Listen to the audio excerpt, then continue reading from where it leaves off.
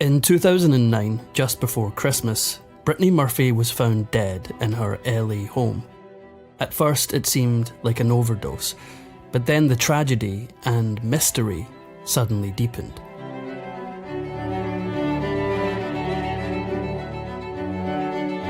When she was a child, Brittany's father moved the family from Atlanta, Georgia to New Jersey so that he could be closer to his children from a previous marriage, putting them on a collision course with his shady past.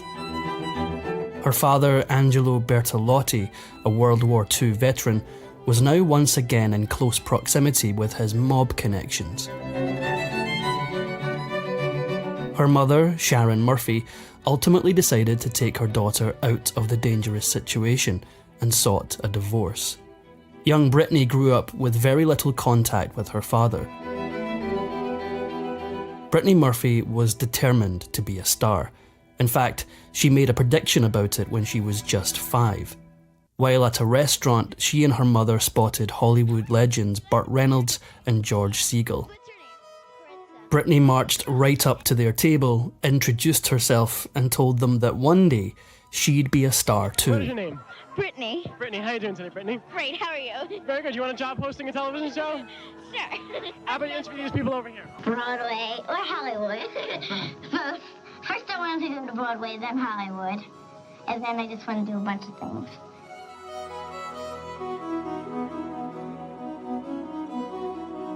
In 1991, when she was 13, Brittany asked her mother if they could move to Hollywood so that she could pursue her career. Sharon really believed in her daughter, and so they moved to LA. In order to distance herself from her father's shady dealings, Brittany took her mother's maiden name as her stage name. Right away, she began to win small roles on TV, but it wasn't easy. It would be 4 long years until producers cast her in the role that would become her breakthrough. Getting the part in Clueless was a triumph, but filming wasn't without challenges. She was just 17 when she got the part of Ty in the classic teen comedy, which meant that her mother had to be on set with her during filming. Sharon was a pillar of support for Brittany, which made what happened next even more devastating. In 1995, doctors diagnosed Sharon Murphy with breast cancer. Brittany spent time in the hospital and supported her mum through treatment, just as her mother had always done for her. Between the hospital and the film set, Murphy had almost no downtime. According to director Amy Heckerling, Brittany handled it all like a pro, but sadly it wouldn't be the only time that factors beyond her control nearly derailed her career. One of Murphy's most enduring roles is one that many may not necessarily associate with her, that of Luann Platter on King of the Hill. Peggy, I got my practice head. It's got real hair and everything. Well, Luann, it's a very nice head. Don't touch it!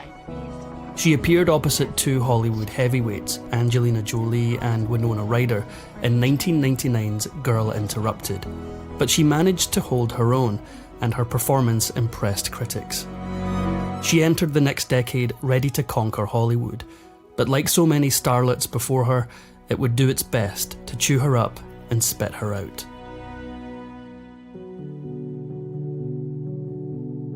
She began the 2000s full of hope, but soon began to encounter disappointing setbacks. Some of her movies were hits, others were misses, and one was so risque that it never even made it to theatres. Murphy played the lead in Cherry Falls, a slasher film where the villain targets teenage virgins. The film culminates in a scene where the local students participate in group intimacy. The content of the scene shocked the studio so much that it reneged on plans for a theatrical release. All right, I'll tell you! In 2003, doctors delivered a hammer blow to the Murphy family. Sharon's breast cancer was back with a vengeance, and she would need serious surgery. Again, Brittany put her career completely on hold to care for her mother, who she often called her best friend and soulmate. Thankfully, Sharon recovered from this heartbreaking setback. Brittany's career might have been hit or miss during this period, but there was one major critic who always stood behind her. Roger Ebert often went out of his way to praise her performances in otherwise middling movies, like 2001's Don't Say a Word. He was so convinced that she was a comedic genius that he even compared her to Lucille Ball. You're a virgin who can't drive. Brittany really needed a win at this point. Luckily, she got one when producers cast her in 8 Mile, the drama film loosely based on the life of rapper Eminem. I can take you. She played his love interest, on and off camera. After the film came out, she hinted that the pair had become romantically involved while making the movie. Really? Yeah, sure. And how did that go? Well, it went. It came and went. The film was a huge success, and Brittany garnered a lot of positive attention for her performance. Her increasing fame came with a dark side. Tabloid scrutiny intensified, and many began to comment on her appearance, attributing her svelte figure to anorexia or substance abuse. She denied the gossip, but rumours continued to haunt her throughout the years. In her next film, Just Married, she starred opposite Ashton Kutcher. Once again, life imitated art, and the pair began a relationship. After dating for 7 months, they broke up, with friends reporting that Kutcher wanted to return to his bachelor lifestyle. After the split, Brittany jumped from disastrous relationship to disastrous relationship. In 2003, she began dating her manager, Jeff Kwatinetz. He proposed in January 2004, but they broke up 4 months later. In 2005, there was an engagement to production assistant Joe Macaluso that lasted 8 months. Roger Ebert may have had her back, but other critics weren't so nice. Stephen Holden of the New York Times once wrote that she suggests a dumbed-down Meg Ryan with a gloss of Melanie Griffith. The combination of criticism and tabloid scrutiny on her personal life ended up getting the best of Brittany, and her friends reported that she suffered from brutally low self-esteem. Things seemed to change when she fell for British writer and director Simon Monjack.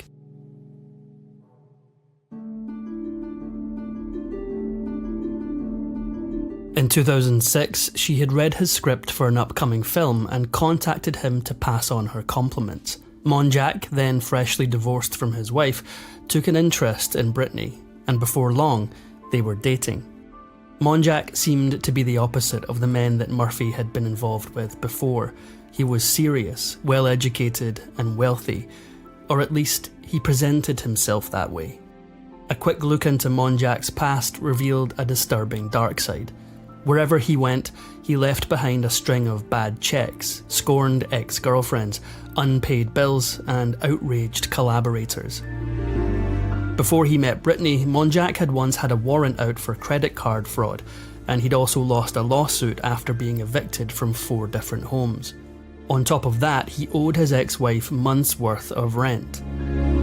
It wasn't long before Brittany was drawn into his web of lies. She defended his name to those in the business that he'd deceived, and once even paid off someone who was suing him, to the tune of $10,000. No matter what people told her about him, she stood by his side, and soon she'd be in too deep to ever get out. In their first few months together, they were inseparable. There was just one problem. He wasn't supposed to be in the US. In February of 2007, authorities detained him after they found out he was in the country on an expired visa. Brittany had been through 2 very public engagements and 2 very public breakups, and she'd learned her lesson. This time, Murphy and Monjack made one announcement, telling the world that they'd secretly married in May of 2007. It should have been a joyous time, but as her friends later reflected, it had been the start of a strange new chapter. Monjack was becoming strangely paranoid. He insisted that some mysterious force had them under surveillance and that someone had bugged their phone. As time wore on, this paranoia only increased, serving to separate the couple from friends and family. Everyone except Brittany's mother, Sharon, who lived with them. Perhaps due to Monjack's erratic behaviour and bad reputation, Brittany's career floundered. According to Brittany and her family, there was an ironic twist in the tabloid's allegations of substance misuse. She claimed that she had a heart murmur and avoided illicit substances at all costs. She said that her only vice was an occasional glass of champagne. In 2003, Brittany had purchased a fully furnished home in the Hollywood Hills from Britney Spears. As the years wore on, she grew to dislike the house. Every time they'd be on their way home from a job or a Hollywood function, she would ask to stay at the Beverly Hills Hotel instead, but Monjack would refuse. As it eventually turned out, she had good reason to feel averse to the place. In 2009, Brittany formulated a plan to save her ailing career. She wanted to leave behind her house and move to New York City. There, Monjack would find more work as a screenwriter, and she could begin to appear in indie films that would help her build some artistic cred. Sadly, the plan would never come to pass. For exclusive perks like early access to new videos, priority replies to your comments, and to have your say on future content, consider becoming a Factinate member. On top of that, your support helps keep the channel going. Click the link in the description for more details. In late 2009, she flew to Puerto Rico, with Monjack and her mother by her side, as always, to work on a film named The Caller. On day one of filming, producers wanted to ban Monjack from the set. Everyone involved has contested what happened next. One thing is for sure, Brittany never made it past that first day. She either quit or producers fired her, while an official announcement called it a mutual decision. Murphy and her entourage of 2 decided to stay in Puerto Rico for another week and enjoy the sun and sand. They didn't know that it would be a fatal mistake. Both Brittany's mum and Monjack came down with colds. Then on the flight home, Monjack suffered a medical emergency that necessitated CPR, which Brittany herself performed. Between losing her role and what happened on the plane, the tabloids went wild. Brittany caught the same cold, but it hit her much worse. The actress took a daily cocktail of prescriptions for various ailments and was taking a number of medications to combat the flu-like symptoms she was battling. On the night of December 19th, 2009, she struggled to breathe, yet refused to call a doctor, thinking of the negative attention she'd received after Monjack's episode on the plane.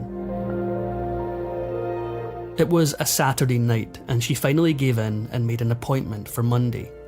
Sadly, she'd never get to see her doctor. In the early hours of December 20th, 2009, the power went out in Brittany's home, and their backup generator failed. Brittany called out for her mother, making a heartbreaking plea. She said, "Mom, I'm dying, I love you." And Mom, I'm dying, I love you. She knew she was dying. This was about an hour before, but... No, baby, this was you forgotten time. Paramedics brought the actress to Cedars-Sinai Medical Center, where she went into cardiac arrest and died 2 hours after the initial 911 call. She was just 32 years old. The next day, the coroner performed an autopsy. 2 months later, they revealed the results, citing pneumonia as the primary cause, with anemia and the combination of medication she'd been taking as the secondary causes.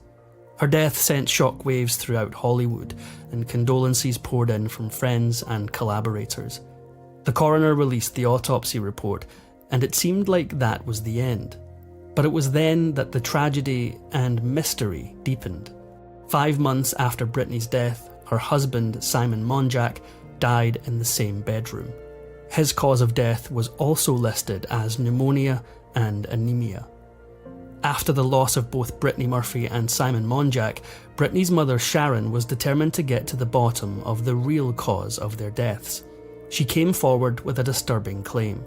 She said that both her daughter and son-in-law died due to a presence of toxic mould in their house, the house that Brittany had hated so much. Then Brittany's father came out of the woodwork and made some shocking allegations of his own. He acquired some of Brittany's hair for a toxicology test.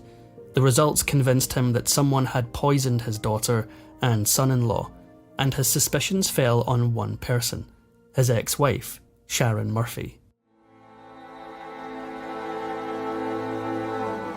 The tabloids went wild covering the public feud between Brittany Murphy's parents, but what many people missed was the couple's bizarre connection to an alleged government cover-up. Monjack had been particularly paranoid about surveillance. If this story is true, he may have had good reason. In 2004, former Department of Homeland Security officer Julia Davis turned whistleblower after she noticed an unusual influx of people entering the US on July 4th from so-called terrorist countries, some of whom were already on watch lists. After having her concerns dismissed, she escalated her report to the FBI. Julia Davis claims that she was close friends with Brittany Murphy, and that Murphy even testified on her behalf during Davis's litigation against the government. She says that as a result, the DHS put Murphy and Monjack on a watch list, and that they targeted Monjack, who was British, for deportation. Davis produced a documentary about her experiences titled Top Priority: The Terror Within in 2012. In it, she claims that Simon Monjack suspected the government was monitoring him and his wife, and that agents had bugged their phones. A few days after Monjack made his suspicions public, Brittany was dead. In January 2019, 9 years after Murphy's death, her father died at the age of 92. His son, Brittany's half-brother, has continued his quest for the truth about her death, keeping her name in the news for more than a decade afterwards. With all the competing stories and third parties, it's unlikely that we'll ever know what really happened to Brittany Murphy.